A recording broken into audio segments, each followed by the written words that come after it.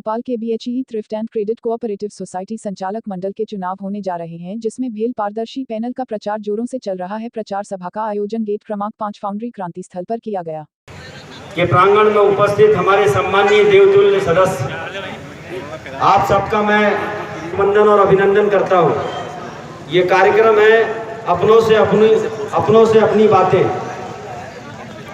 और अपनों से अपनी बातों के बीच में मैं संचालक पद उम्मीदवार के लिए भेल पारदर्शी पैनल से जी आप पैनल को लेकर हमें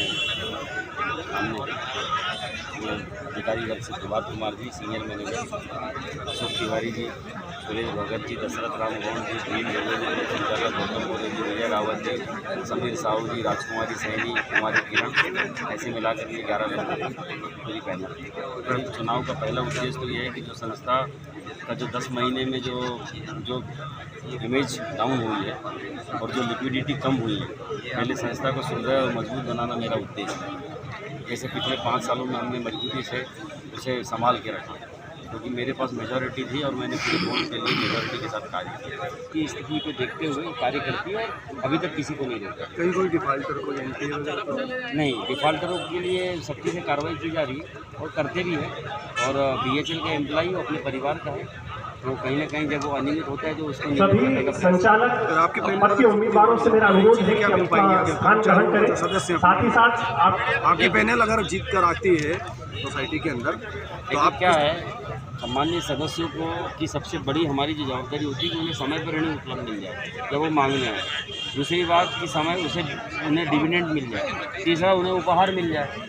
यही हमारी प्राथमिकता। और जो सुपरमार्केट है उसमें पारदर्शिता लाना हमारा उद्देश्य है कि बड़े बड़े स्टोर, रिलायंस, फिर हाइपर सिटी, बिग बाजार, इन सब से, जो DMart, इन सब से खरीदारी करके ट्रांसपेरेंसी करेंगे। जो अध्यक्ष अभी इस तरह की अनियमितताएं कर रहे हैं उनको रोकने का प्रयास करेंगे। कितने अभी वोटर कितने अपने काम कर रहे हैं?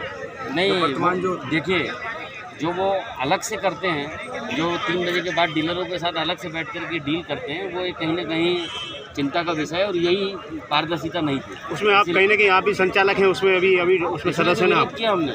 हमारा काम, जब देखिए पिछले बोर्ड में सबसे बड़ी जवाबदारी हमारी ये थी कि ये बोर्ड स्थिर चले, क्योंकि मुझे देख करके मेजॉरिटी दी हुई थी सम्मानित सदस्यों ने, और उस मेजॉरिटी को देखते हुए मैंने उस बोर्ड को चलाया, क्योंकि बोर्ड चलेगा तभी संस्था चलेगी।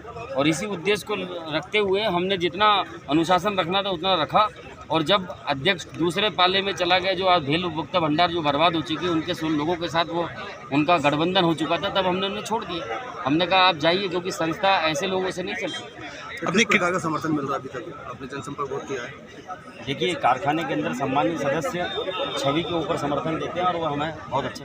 और हम BHE thrift and credit cooperative society में संचालक के पद पर हमने आवेदन किए हैं, और इसका जो चुनाव 13 तारीख को होने जा रहा है, तो हम सभी लोगों से हम अपील करते हैं, हमारे सम्मानित सदस्यों से अपील करते हैं कि इस BHE thrift and credit cooperative society जो करोड़ों की इसमें संपत्ति है, तो इसमें ऐसे लोगों को जितना ऐसे लोगों को वहाँ पे पहुँचा जिसका गुडविल हो, जिन्होंने कुछ करने की जिज्ञासा उस thrift and credit cooperative society के प्रति उत्साह और लगन और ईमानदारी से काम करने का उनका हिम्मत हो, काम करने के प्रति उनकी जुझारू हो, ऐसे आदमी को वहाँ पे पहुँचा। और इसके लिए हम भेल पारदर्शी पैनल, जिसके माध्यम से हम चुनाव लड़ रहे हैं, हम उस पैनल को सभी से हम अपील करते हैं कि सभी सदस्यों से हम अपील करते हैं कि भेल पारदर्शी पैनल को जिताएं, क्योंकि भारी मतों से जिताएं, क्योंकि इस पैनल में माननीय श्री कमलेश नागपुरी जी ने जो पैनल बनाई है, बहुत ही सोच समझ के, और इसमें सुपरवाइजर्स है, एग्जीक्यूटिव्स है,